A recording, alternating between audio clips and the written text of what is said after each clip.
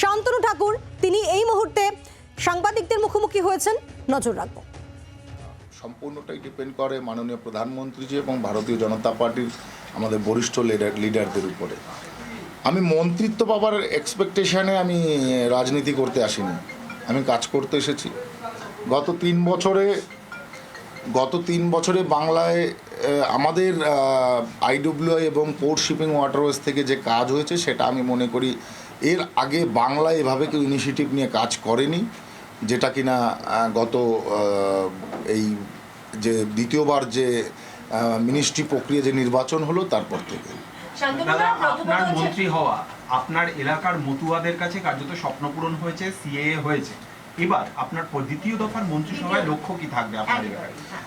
দেখুন, মেইনলি যারা মতুয়া এবং রিফিউজি মানুষ তারা ওপার বাংলা থেকে সর্বস্ব ফেলে এপারে এসছে।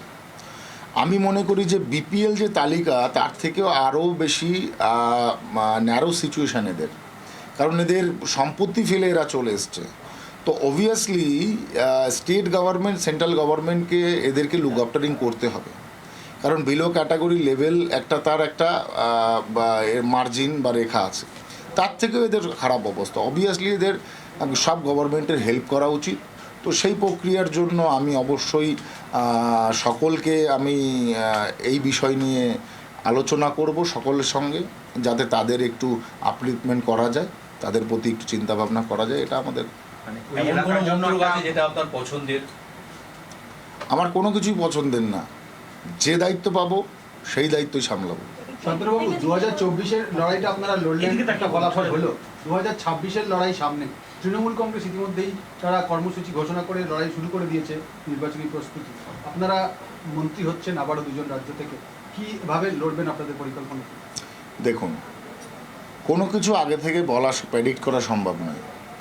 এটা নির্ভর করে সময়ানুপাতিক সিচুয়েশন অনুসারে যে রাজ্যের কি অবস্থান তৈরি হবে এখন থেকে 2 বছর পরে। তো অবভিয়াসলি আপনারা দেখতেই পারবেন যে বিজেপির কী স্ট্র্যাটেজি আছে, কিভাবে বিজেপি তাদেরকে তৈরি করছে রাজ্যে। তারা যখন করছে তো আমরাও পিছিয়ে থাকবো না, আমাদেরও তৈরি করতে হবে।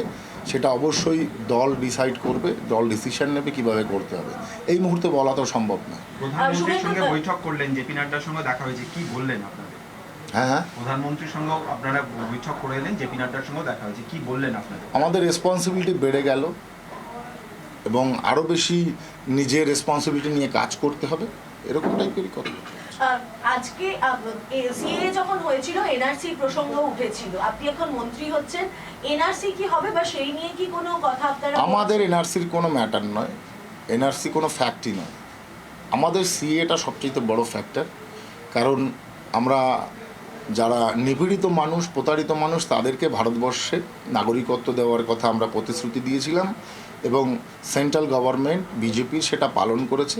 আমি ধন্যবাদ জানাই মাননীয় গৃহমন্ত্রীজি, মাননীয় প্রধানমন্ত্রীজিকে, যারা তাদের মানে অক্লান্ত পরিশ্রমের মাধ্যমে সেটাকে আজকে পাশ করিয়ে ইমপ্লিমেন্টেশন করিয়েছে। তৃণমূল তো এর আগাগোড়া তীব্র বিরোধিতা করছে তৃণমূল কংগ্রেস, এবং দেখা যাচ্ছে যে তৃণমূল কংগ্রেসের আহ্বান কিছুটা কাজেও লেগেছে।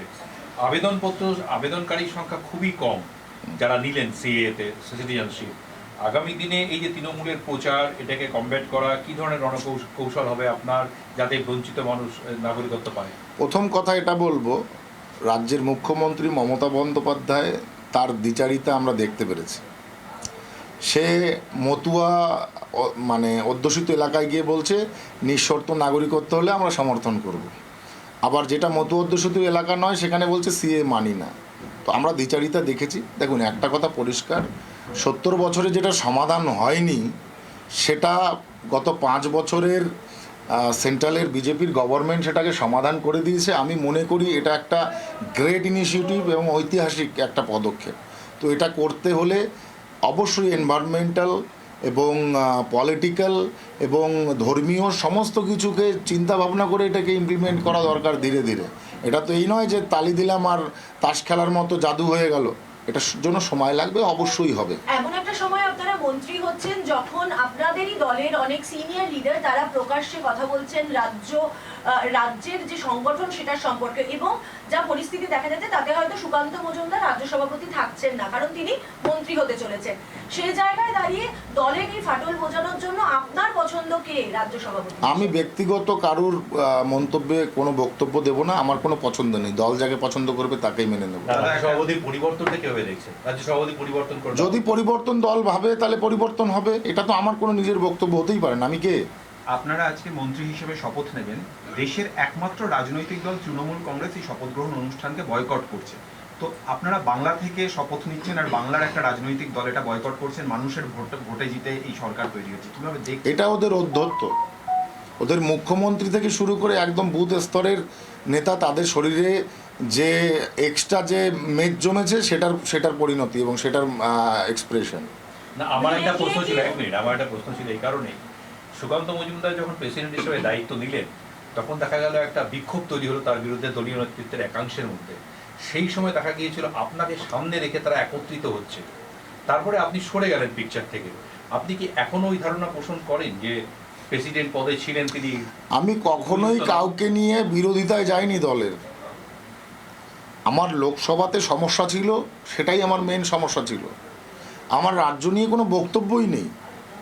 কেন বক্তব্য করব? দল যাকে আনবে, যাকে যোগ্য মনে করবে সেই দলের নেতৃত্ব দেবে। সেখানে আমার অপোজ করার কোনো তো আসে না। আমার কিছু সমস্যা ছিল আমার লোকসভাতে, সেটা নিয়ে আমার মেন সমস্যা, অন্য কিছু না। বাংলার আওয়াজ, বাঙালির আবেগ, জি 24 ঘন্টা।